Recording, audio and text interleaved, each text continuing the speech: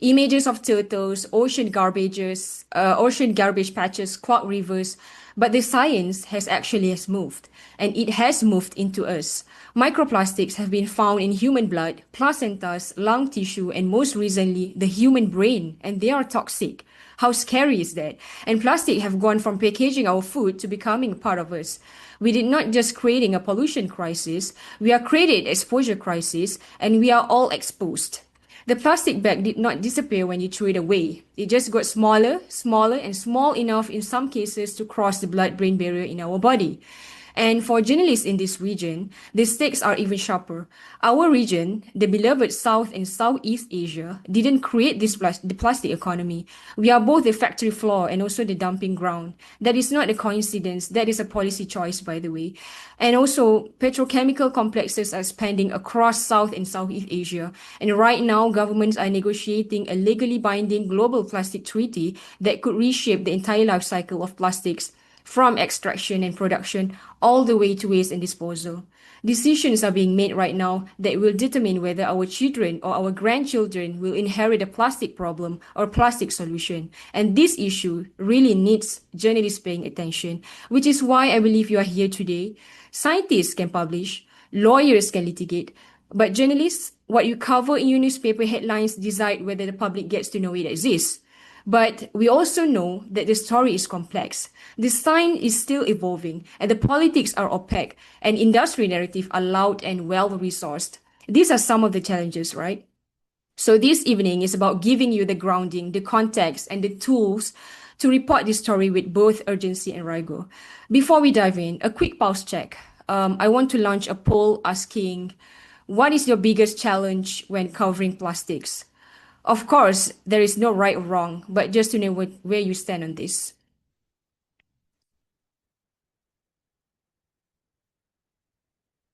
Can we launch in the poll?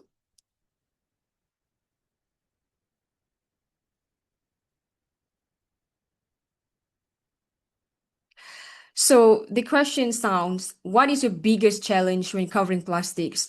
Of course, there is no right or wrong, but just to know where you stand on this, whether it is the science you think is very hard to translate, or the politics, the treaty negotiation are opaque, or because of the industry claims that make it hard to push back without evidence, or you think because of explaining a certainty, you think the issue is so distant. Take 20 seconds to answer.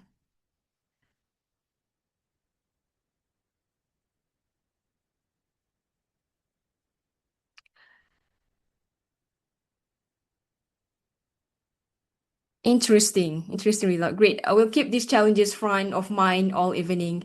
Now, before I hand it over to our fantastic speakers, let me quickly walk you through how this webinar is structured. We will open with two presentations. The first presentation is about understanding the science, what plastics are actually doing to human bodies and ecosystem. And the second presentation is about the political and industrial context driving plastic production in our region. Then we will move into a moderated panel discussion where we shift from understanding the science to reporting it. We will discuss and we will hear what are the challenges in reporting plastic science and the regional angles that matter most to your audiences. And of course, we will close with open Q&A. So please do start thinking about a question as we go and drop your difficult question in the Q&A chat on Zoom. We'll get to them at the end. All right, let's get into the science. Our first speaker is Prof. Bethany Carney Amroth. Bethany is a professor of environmental science at the Department of Biology and Environmental Sciences, University of Gothenburg, Sweden, with 30 years of experience in studying the impacts of pollution. She has a background in fish physiology and ecotoxicology, conducting research that identifying the sources, fate, and effect of plastics, microplastics, and associated chemicals in the environment. Her recent work has been in collaborative interdisciplinary project aiming to identify safer and more sustainable solutions to the plastic pollution crisis. She is an active science communicator, interacting with journalists, the general public, and decision makers at the science policy interface. Prof. Bethany is an initiator and co-coordinating the Scientist Coalition for an Effective Plastics, a global group of independent academic scientists working across disciplines to support delegates and negotiators in developing the Global Plastic Treaty. The floor is yours, Prof. So thank you very much. I hope you can hear me, and I'm going to share some slides. I like pictures, so I hope this will be useful to you. This is a very information-dense few minutes I'm going to provide for you on understanding plastics and their health impacts. Is it the right way, or should I turn it around? Do you see the presenter view, or should I switch screens? Good. Perfect, Prof. It's perfect? Okay. Yeah. So I'm going to give you a few minutes of introduction on how we understand the health impacts of plastics, and I'm happy to share my slides afterwards so that you can follow the links that are in there. And this is a sculpture from outside of the Plastics Treaty negotiations that took place this summer in Geneva in Switzerland. And the image should be connecting humans across generations. So you have a grown man and a child, but also Mother Nature and the connection between humans and the environment through our DNA, through our genetics, through our interactions, and how this is impacted by plastics, as you can see in the sculpture, and chemicals. And this is important to remember because we are very interconnected with our environment, of course, but so as plastics become very ingrained in the environment. What this image shows is it's from a few years ago. I think the study was published in 2020. How much plastics are on the planet? So if you look at the top part of the picture, you can see this bubble showing the total weight of all the animals on the planet at 4 gigatons. This is all the animals on land, in the oceans. It includes insects, and then compares that to the amount of plastics that has been produced. And most of that is still on the planet. That's at 8 gigatons. That was a few years ago, and the amount of plastics currently that has been produced is more than 11 gigatons, so much more than 8. I honestly don't know how much the weight of animals on the planet has changed, but definitely not in anything close to that magnitude. So more plastics, many more plastics than living animals on this planet right now. And plastics are a problem across their life cycle. Oftentimes, when consumers think about plastics, they think about the things they have in their homes, in their hands, their food packaging. They don't necessarily have an understanding of the full life cycle, starting with production. So the first two pictures I show here are from a train accident in the United States where chemicals were spilled. These chemicals were also burned. They are a pre-production chemicals that are used to make polyvinyl chloride. And the bottom picture shows a beach in Sri Lanka where there was a spill a few years ago of pellets from a shipping accident, a ship that caught fire and sank. So those people are almost knee deep in semi-burned plastics pellets. And this is before the plastics even become the products that we're used to seeing. And these are many, of course. Packaging is one of the biggest sectors. The built environment is the second biggest sector. When it comes to microplastics, a lot of people are aware of plastics that are coming from degradation of larger products. Paint is actually one of the major sources to microplastics in the oceans, as is car tire particles. And then we have this last picture, which is from a dump site in Eastern Africa, showing textiles. Textiles are another major sector that is using plastics and synthetic materials, releasing fibers and chemicals. So this is showing more the entire plastics life cycle, and emissions and releases and exposures occur across this life cycle. And plastics are not just the bulk material, the polymer itself, it's also many, many chemicals. This is from a study that was released in 2024, showing that there are 16,000 chemicals that are used and present in plastics, and more than 4,200 of these are hazardous. And when we say that they're hazardous, we're using terms like this, which are very science-based terms and understanding the toxicity of chemicals. They're toxic in aquatic environments, in water. They're toxic for specific organs. They can be cancerogenic, mutagenic, hormone disruptive. They might be persistent, so they last for a very long time in the environment. They can bioaccumulate, increasing in concentrations through food chains up to top predators like birds or seals or humans, and they're mobile, so they move around to different places. And when we understand the impacts of plastics on human health, we might look at it from two different perspectives. One is through a direct impact, looking at exposure to chemicals, to particles, and to products. So where our bodies are in direct contact with these substances.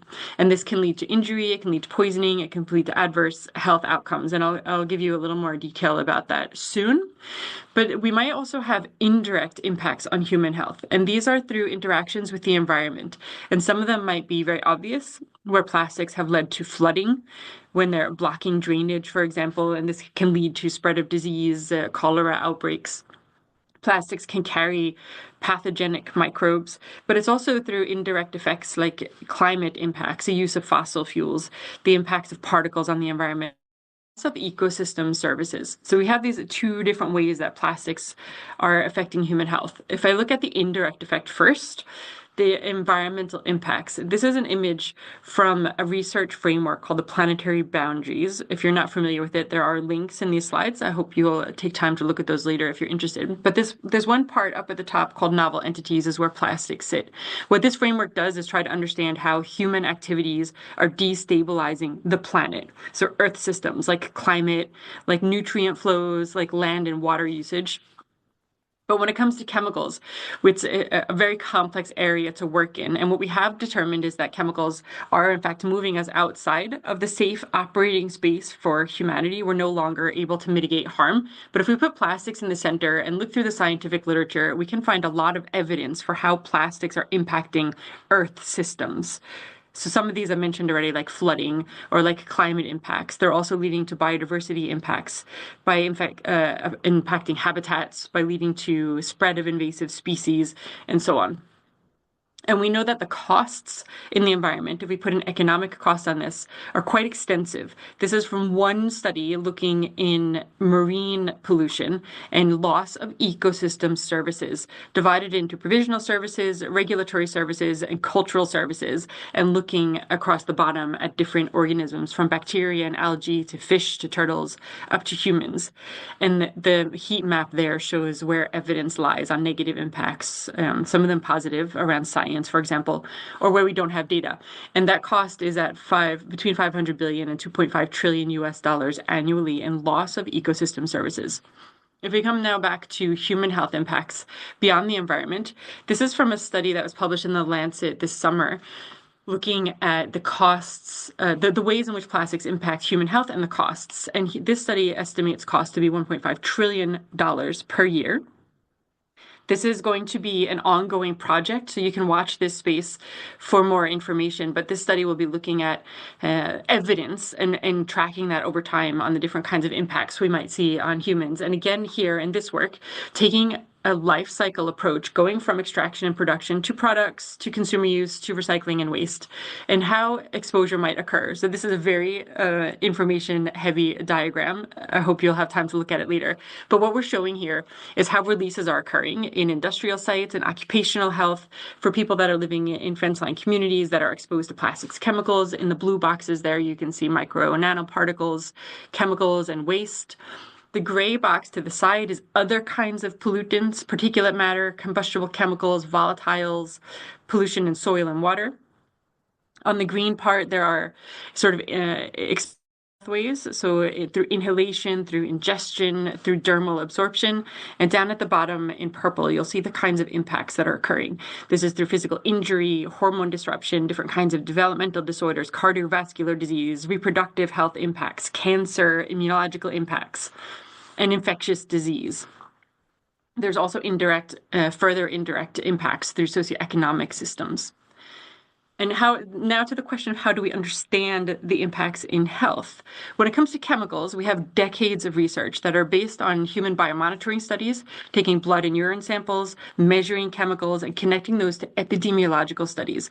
So these are studies taking data from tens of thousands of people and looking at like the big picture exposure. So we are measuring consequently and over time specific chemicals, including some of those that are found in plastics. And we know that we're exposed to via plastic. So you see those in the bubbles there on the side. And then we can look at epidemiology. What kinds of disease burdens do we see in humans that we're studying in these big scale studies? And then draw a connection. And we know also that Correlation is not causation.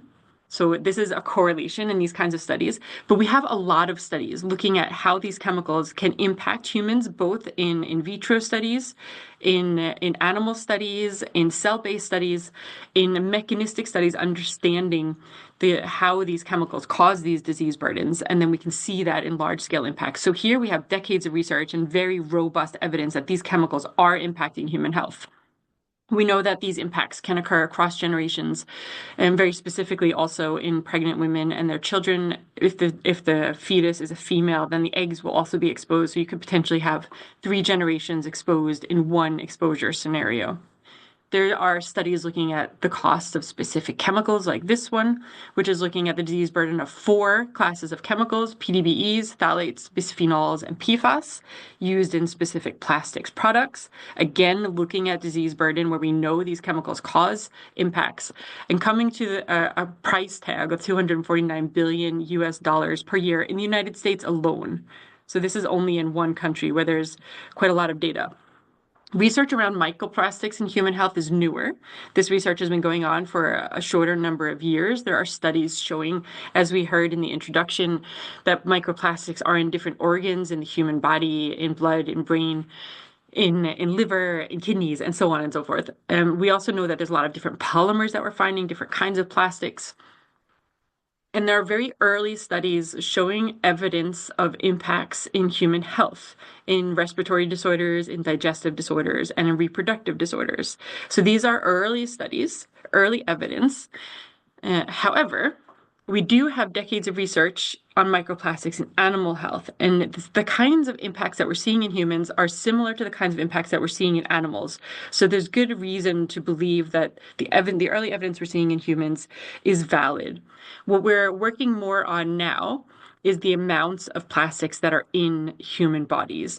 And this is a developing field of study, which is being criticized. I think we're going to come back to that in our conversation later today about uncertainty. But we're seeing that there might be some artifacts in the methodologies that are being used. They're being improved upon. So the absolute numbers and amounts of plastics in human bodies has not been determined yet. That the plastics are there, we are certain of. How much is the detailed question we're working on right now. So that's the status of our knowledge on human health. I didn't want to talk for too long because I wanted to leave a lot of time for our discussion, which I'm very much looking forward to. I will stop sharing my slides now. Thank And you so much. back Thank you with so questions. much, Prof. Bethany. I think that plastic is so pervasive and it really affect our planet and living things in so many aspects, not just about health, right? It's also a question about detection versus demonstrated harm, and that tension is something that I know many of us in this room wrestle with daily, and we're going to come back to that in our discussion later.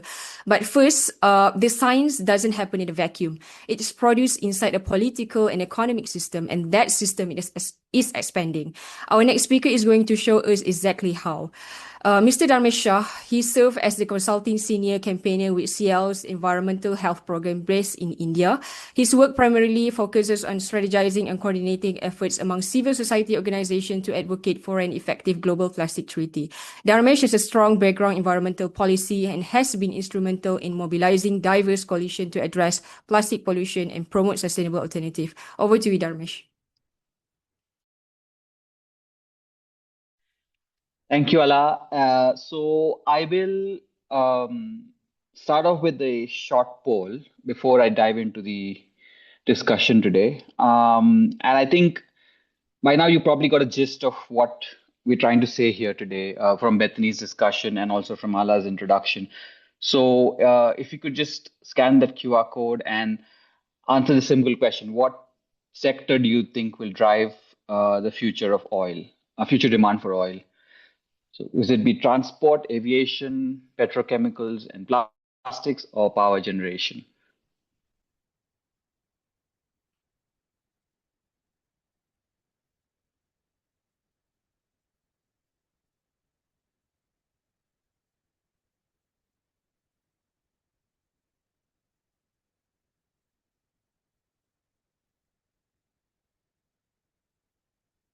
We got about 19 of the 40 responses. I think Yep. So I think we kind of on the same page. I'm glad to see that most people kind of see this as an emerging area of concern when it comes to the future of oil and gas, and also for our collective futures. So with that, I just wanted to kind of dive in to the scale of the problem and the scale of the crisis itself. So Bethany gave a very good overview of the health impacts of plastics and petrochemicals on human health, especially animal health, planetary health. I wanted to talk more about the key driver behind this, which is the fossil economy itself. Can we go to the next slides? Yeah. So I wanted to start off with a next slide, please.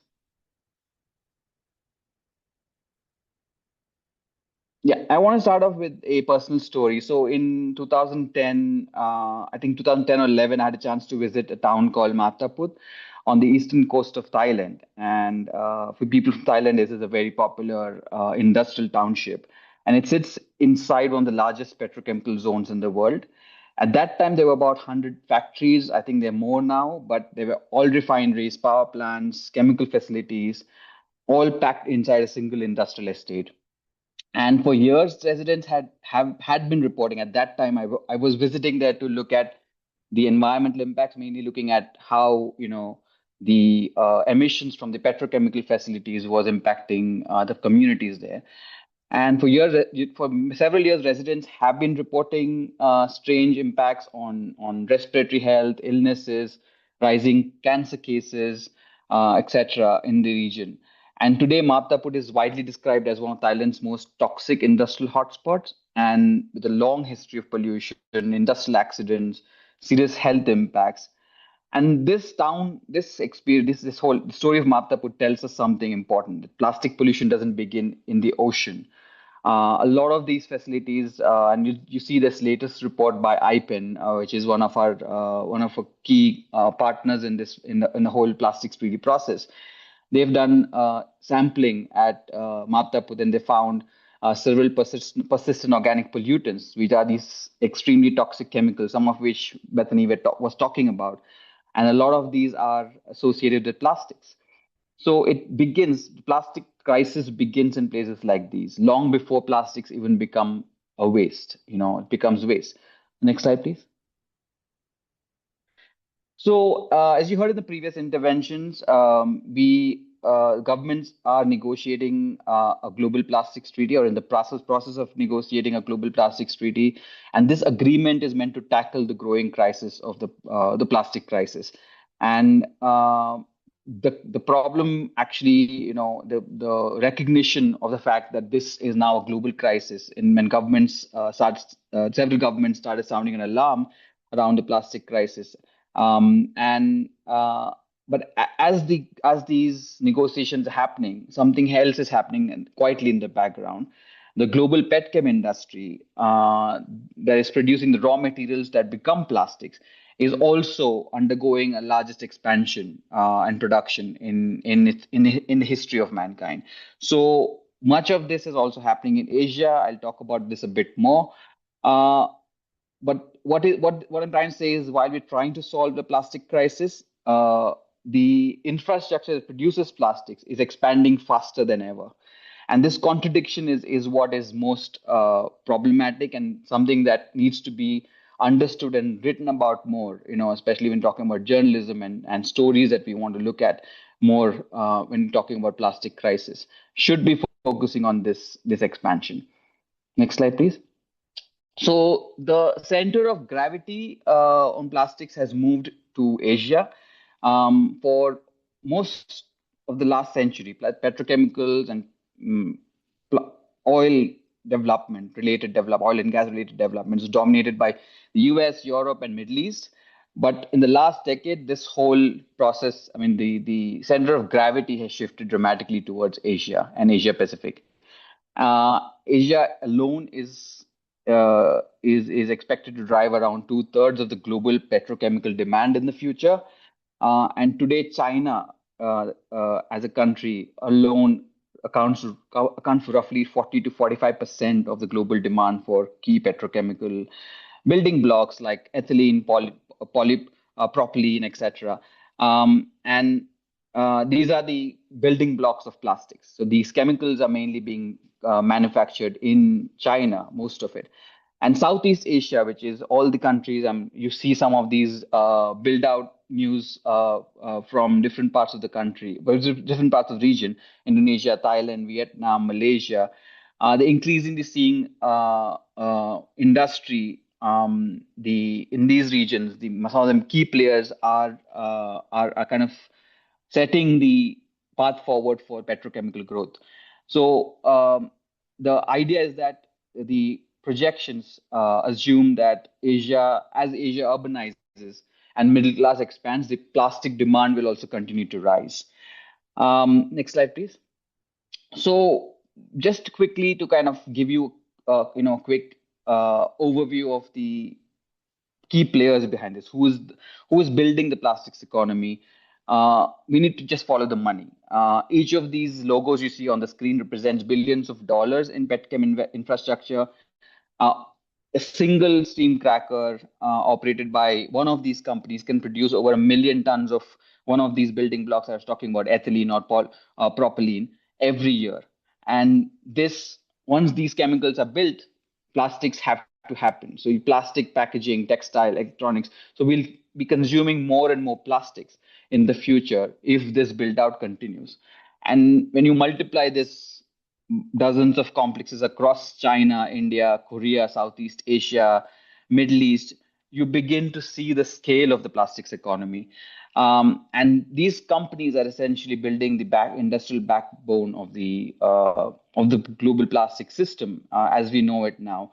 So certainly, companies and their investments, these are the key players in this region who need to be monitored if you want to understand the scale of the problem in the future.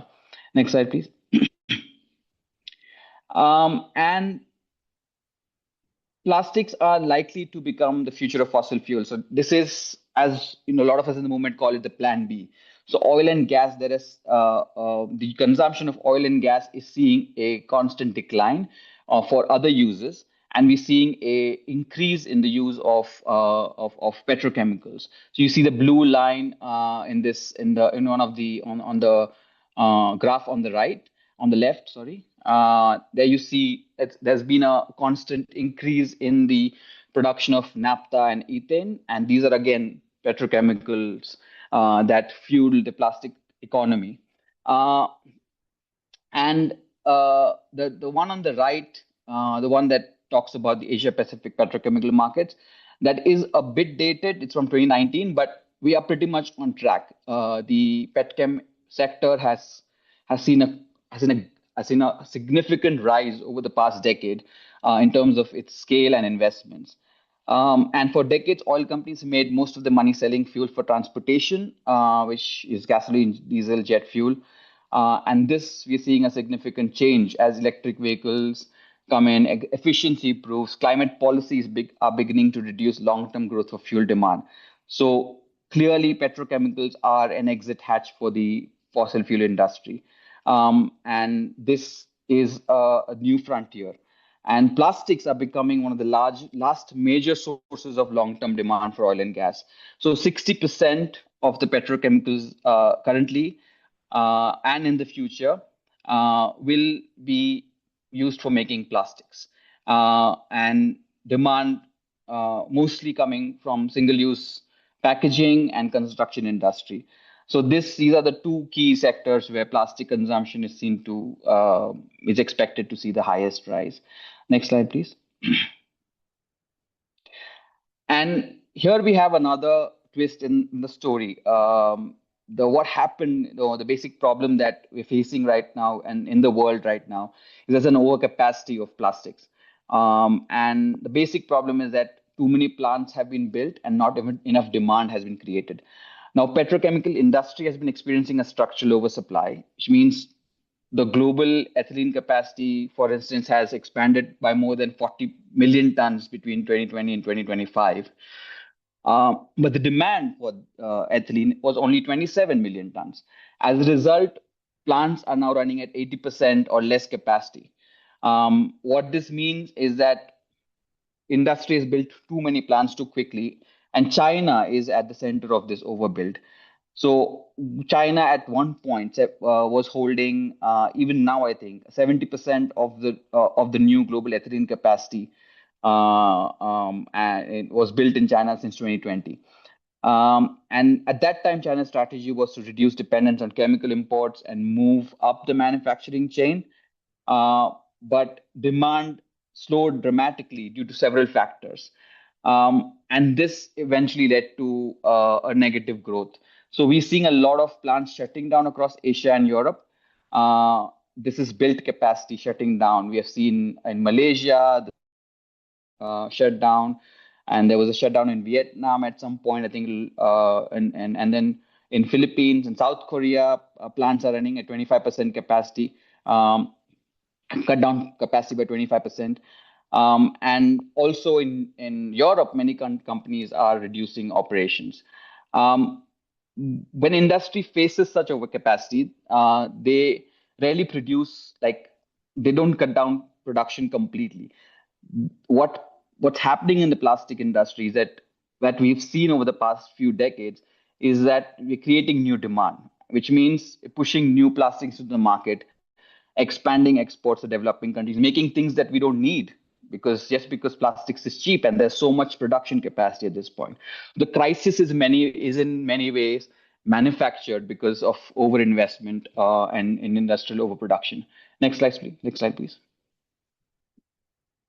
And one of the key areas here, of course, key of concern for us is industrial sacrifice zones.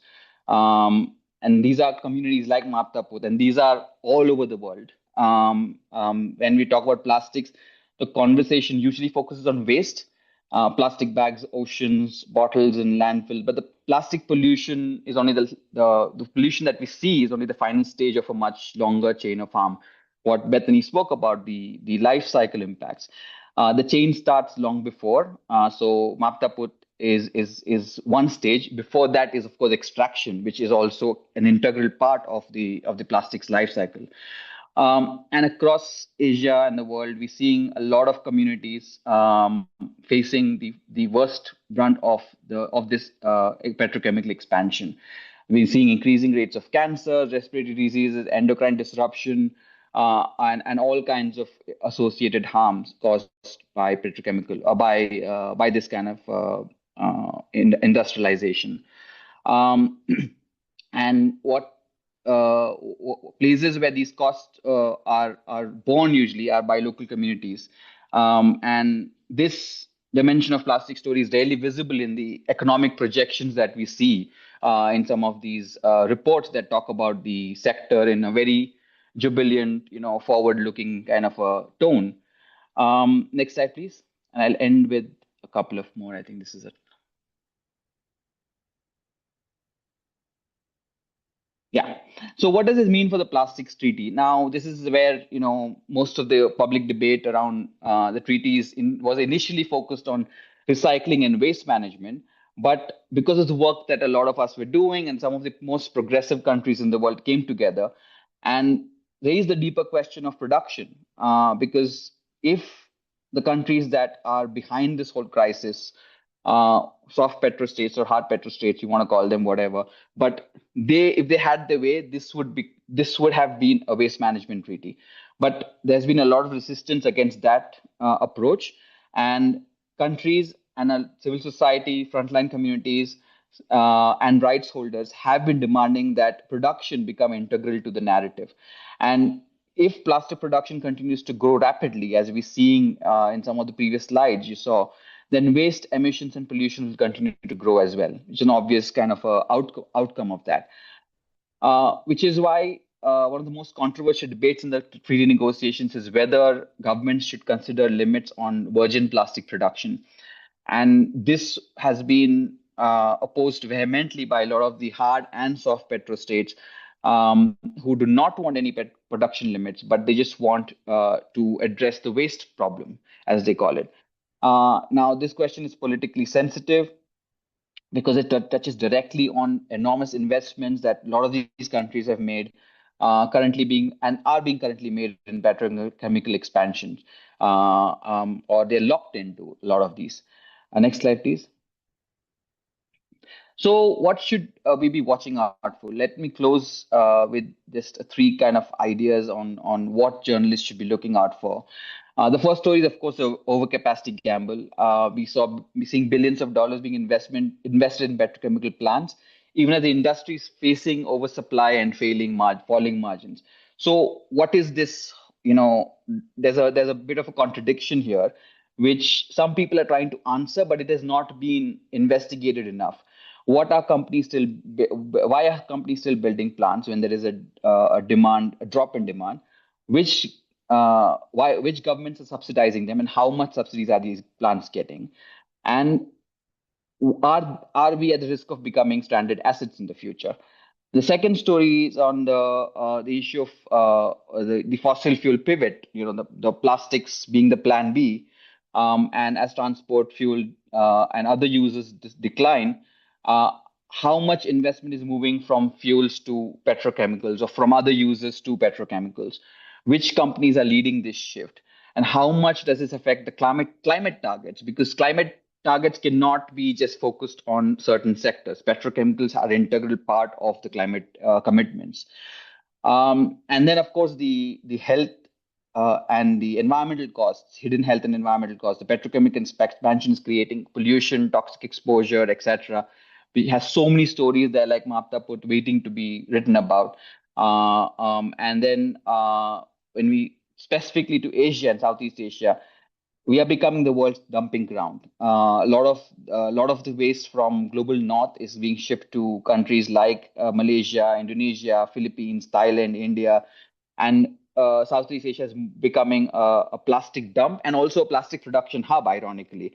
So there is a lot to be unpacked here in terms of waste colonizing and how colonialism is kind of evolving in this space. Um, and the last part is the development narrative, because this is a very big distraction that we see from governments. They often justify petrochemicals and expansion as development. But do petchem plants that are being built out that we see, is actually creating long-term jobs? What is the economic trade-off? Are countries locking themselves into fossil fuel infrastructure? Because we are seeing a lot of threats. Sea level rise is a major threat when it comes to plastic pollution. I mean, so when it comes to climate.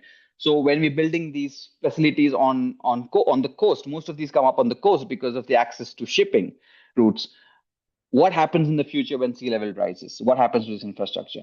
So the plastic crisis is not a waste problem, but once you start following the money, chemicals, geopolitics, it becomes something much bigger, and there's a lot to unpack there as journalists. So I'll stop here, hopefully on time. No, actually, Thank you very over much, time. Dharmesh. I think it's very, very clear to us that plastic crisis is deeply intertwined with the fossil fuel industry long-term strategy.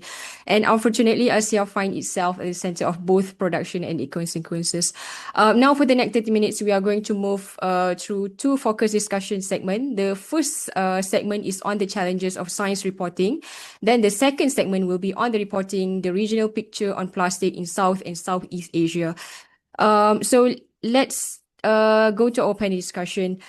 We know plastic science is evolving fast. Studies are coming out constantly, but so is confusion, and frankly, so is disinformation and misinformation. As journalists, you are expected to make sense of all of it on deadline. So let's talk about craft and challenges. I have a few questions to the panelists, and I'm so sorry that I have to cut down the answer short into 2 minutes only for the sake of time. So the first question is to Prof. Bethany. When a new study lands, Prof., say microplastics found in yet another human organ, how should a journalist evaluate whether it is significant? What are the red flags that the study is being overhyped, and what signals that it deserves front page attention? Yeah, this is a good question, and it's a rapidly evolving field of science. So there are a lot of new studies coming out all the time, but which of these is front page news is a harder question. As I said, there's been a lot of hype around these methodologies and these findings, and they're early, so they've not always been fully substantiated to the degree that maybe the scientific community would like. So So I understand that. So part of this responsibility definitely lies on the scientists and what kinds of press releases they're writing, and some of this is connected to sort of perverse incentives within academia itself. But for a journalist, finding these press releases and finding these articles, there's a number of things I would do. I would look at who the authors are and look at the funding. So what are their affiliations and who is funding the study? That's the first question I would ask myself. This ties into disinformation, to corporate capture of academic systems, to efforts to muddy the waters by creating doubt around science. So look at who is funding the study, who's writing the study, who's funding the study. And then I know everyone's working under deadlines and pressure, but it's really important to ask for a second opinion. So ask another unrelated scientist in the field to read the study and give feedback so that you can have help from an expert in interpreting what is said in this study and how the results are being presented and interpreted. So those are a few tips that I think can be important. It's a difficult space to navigate. Thank you, Prof. I think that's a useful way to evaluate studies, right? And it leads perfectly to our next question, also to Prof. Bethany. There's a real tension between the concept of hazard, which means that this chemical can cause harm, and risk, the likelihood it will cause harm at the levels we are exposed to. And industry group often use this distinction to argue that those make the poison and downplay our concern. So, Prof, how do you explain the precautionary principle to a general audience without it sounding like alarmism? Yeah, the precautionary principle calls for action when we have early indications that harm might be occurring. And this is ingrained in some legal frameworks in some parts of the world, in some countries, but it's not fully utilized in the way that it should be to protect humans and the environment. And when we're talking about hazardous properties, I touched very briefly on those when talking about chemicals that might be cancerogenic or hormone disruptive. And when you're looking at a chemical like that, you can say, yes, this chemical has hazardous properties. It's toxic, it's persistent, it has the potential to cause adverse health impacts. And as you said, risk looks at the risk of harm occurring, and risk will be connected to how much you're exposed to. So there's two problems with that kind of paradigm. One is that we are exposed to many chemicals at the same time. We're not exposed to one chemical at a time. Risk assessments in chemicals tend to look at one chemical at a time. And if you have a lot of chemicals that are causing the same kinds of impacts, you might have an additive effect. So 1 + 1 = 2. Sometimes 1 + 1 = 12. So sometimes there are different things happening in an organism that are causing stronger impacts. Second, we don't always know how we're being exposed to these chemicals because there's a lack of transparency and data on when and where and how these chemicals are being used. And we might be exposed via many products. So we might be exposed via our food packaging, but we might also be exposed via flooring material or textiles or paint or any other kinds of products. And then we're not adding those up because risk assessments are done on an exposure by exposure basis. So we're lacking this big picture effect. Then there's also the problem with the dose makes the poison paradigm, which is almost 600 years old. It's a very old way of looking at science. And according to that thinking, anything is toxic. Water is toxic. You can die from drinking too much water. Oxygen is toxic, right? But we have to look at chemicals as hormones in a lot of cases. And then they might be very toxic in a very small window at a very low concentration through specific receptors and through different physiological mechanisms in the body, but then have a different response later on. So then the curve is not following just an increase with increasing dose. And this is also very important to understand how these chemicals are interacting with our bodies. So a lot to unpack there. We could probably have like a 2-month course just on that one question, but that's the short answer. If you need more clarification, please ask more questions. Thank you very much, Prof. So now, at least I know how to explain precaution to a general audience. But Dharmesh, let's take that same tension into the negotiating room because not all of us have been inside the room, right? Related to question 2, how does this debate play out in the treaty negotiations? So thanks, Ala. So this exact debate, the hazard versus risk thing, is also happening in the plastics treaty negotiations.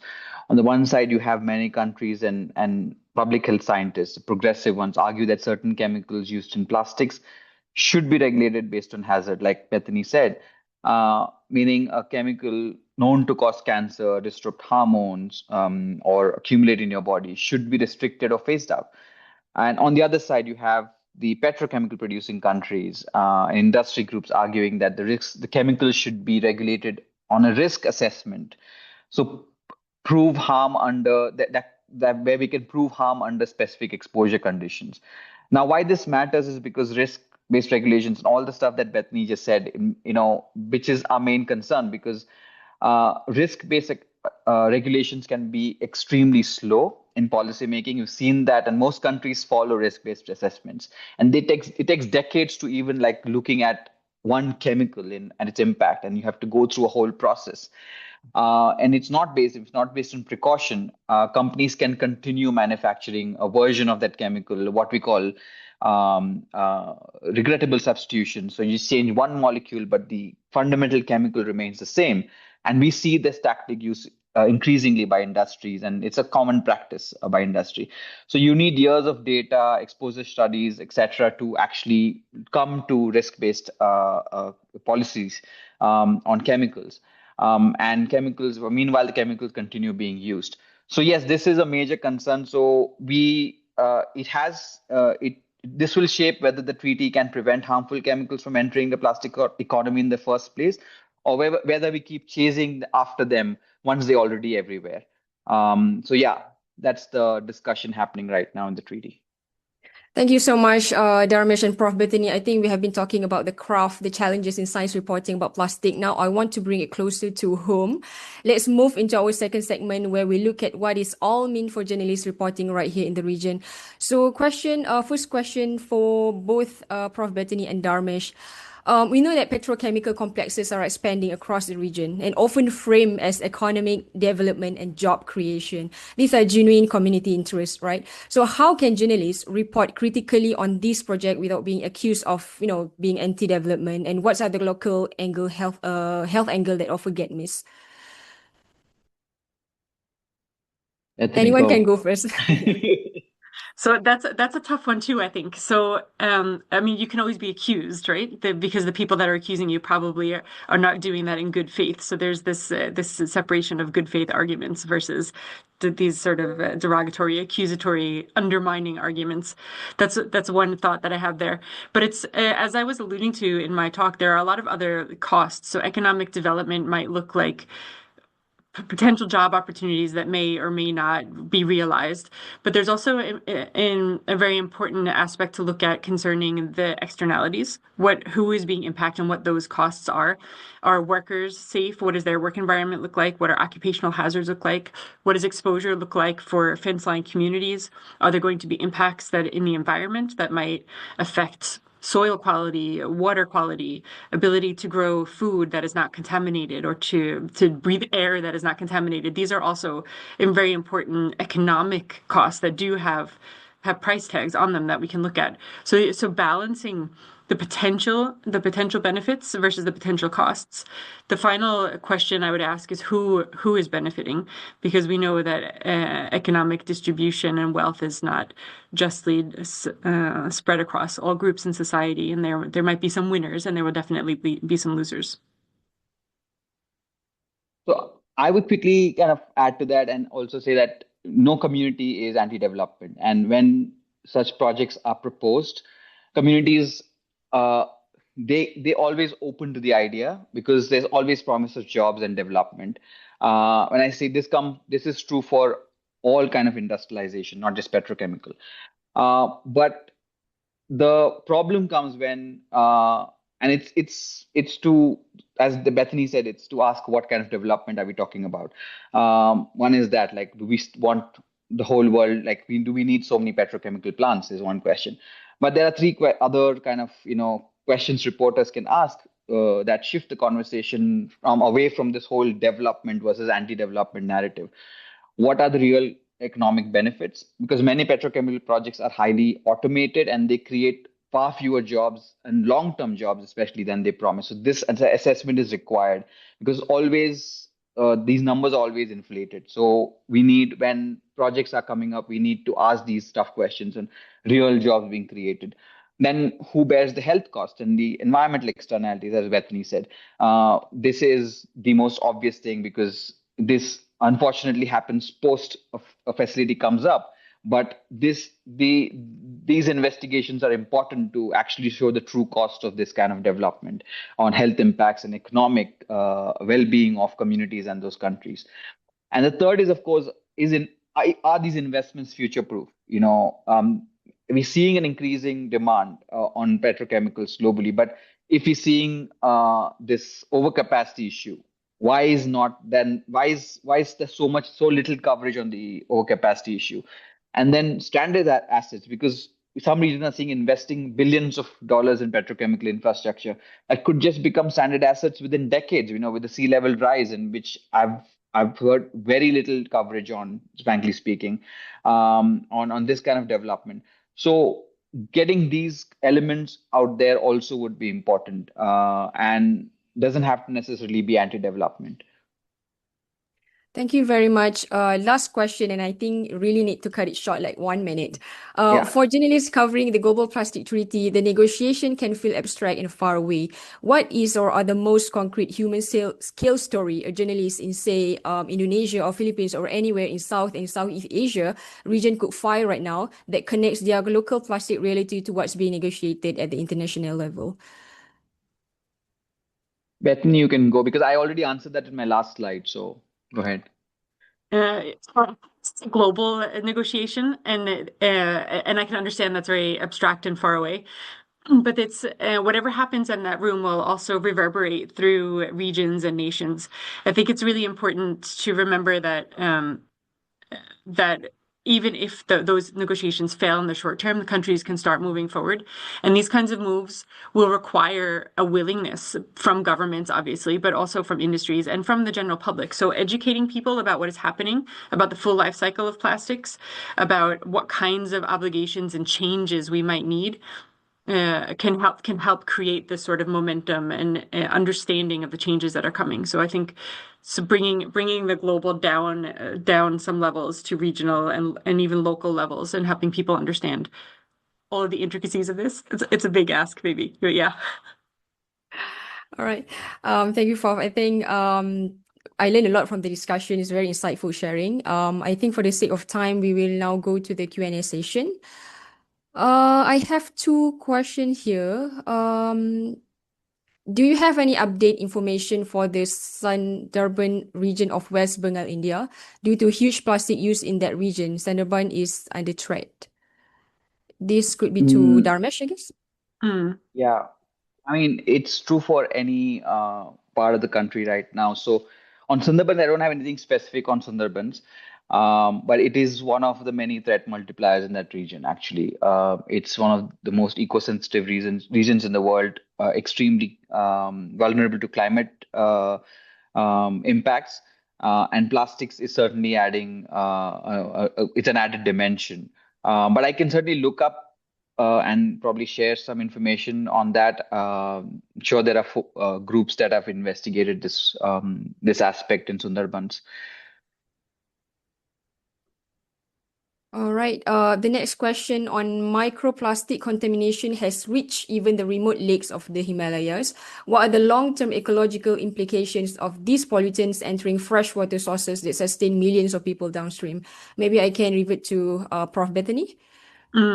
So we have been studying microplastics in the environment for some decades now, almost since the 1960s. And we do have some indications of the kinds of disturbances we'll see in the environment.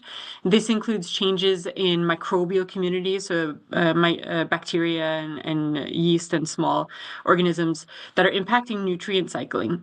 And there's also indications that the way plastics are agglomerating with phytoplankton and other organisms is changing, affecting carbon pumps. So how nutrients and molecules are moving through our ecosystems, which has the potential to impact further systems in those freshwater systems. But we also see toxic effects in organisms.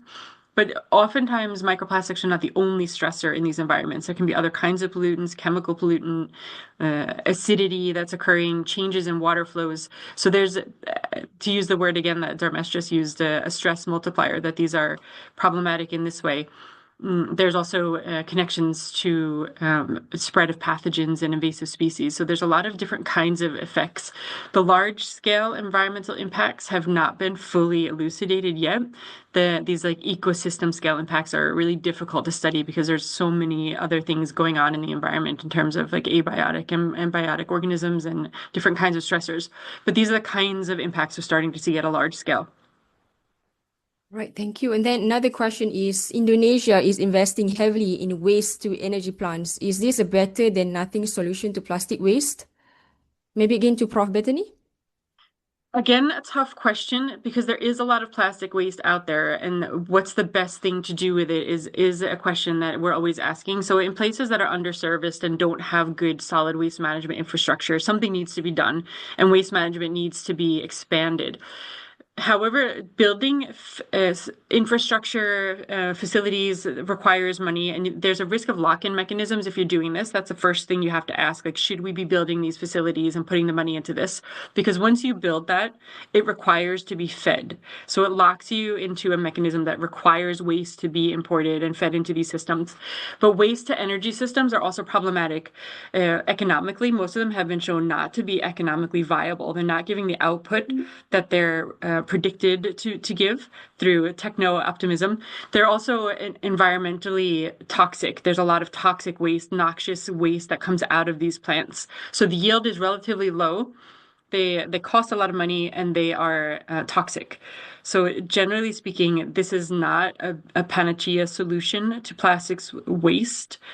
There needs to be some tough studies and conversations about what we do with all the plastic that already exists, while at the same time reducing production. I think there's an interesting question. Is asking about ongoing war between USA and Iran. They're asking about how plastic will be clear in the sea from this war. Do you have any idea on that? I don't understand. Yeah. Yeah, I'm not totally sure. I mean, so this war is very unpredictable in what's going to happen and the different actors that are involved and where it will go. But we're already seeing impacts on how oil is moving out of the region, which Yeah. is already having financial impacts on costs in different places. The larger scale long-term repercussions in the petrochemical industry has yet to be realized. But we know that war, on top of all the other negative, very negative impacts, obviously, is also connected to pollution. There's a lot of pollution that is connected to war through explosives, through metals, through plastic waste, and through an inability to mitigate those sort of releases. We already see in places where oil has been, like oil harbors and storages have been bombed, and the kinds of air pollution that is occurring immediately. But there are a lot of other kinds of pollution that are associated with war. So in terms of plastics in the ocean, that's just one of many of problems that I think we're going to see associated with this kind of action. One last question. Do we have more information on how plastic affecting on health of transgender individuals? As I heard, phthalates and BPA can interfere with estrogen and androgen signaling. These chemicals, often called gender-bending chemicals, can potentially affect the efficacy of hormone therapies by competing with or disrupting the body's natural and administered hormone level. Anything more or specific? So I can't answer that specifically for transgender individuals, but definitely for humans in general, a lot of chemicals that are used in plastics are known to be estrogenic or androgenic or affect different hormone systems. So this is something that we're definitely seeing. We also see that some of the chemicals can affect fetal development, so in utero, and this includes also thyroid hormones, which are important in metabolism and development. So it can also impact brain development in addition to reproductive organs and reproductive hormone signaling. So there's a lot of different mechanisms and pathways. Again, I can't specifically answer that for transgender individuals, but we know that hormone disruption is occurring and does have health impacts. All right, thank you very much. I think that's it. We are in the final stretch, and I want to leave you all with 3 things to take away from this evening. The first one, plastic are a health story. The science is evolving. The uncertainty is real, but so is the evidence of harm. So then let be the perfect, be enemy of important. Second message is the most powerful plastic story in your community is probably already in front of you. A river, a landfill, a sick neighborhood near a facility. So just connect it upward and to the treaty, and you will have a global story. And the last one is, I think, like Prof. Bethany mentioned, that you are not alone in this challenge. There are independent scientists, legal experts, and regional health researcher like Prof. Bethany and Dharmesh ready to support your reporting and use them. Again, thank you so much to Professor Bethany and Dharmesh Shah for your time today. Your clarity and generosity this evening was so extraordinary. And thank you to every journalist on this call for the work you do in this region on the issue. Your reporting genuinely matters.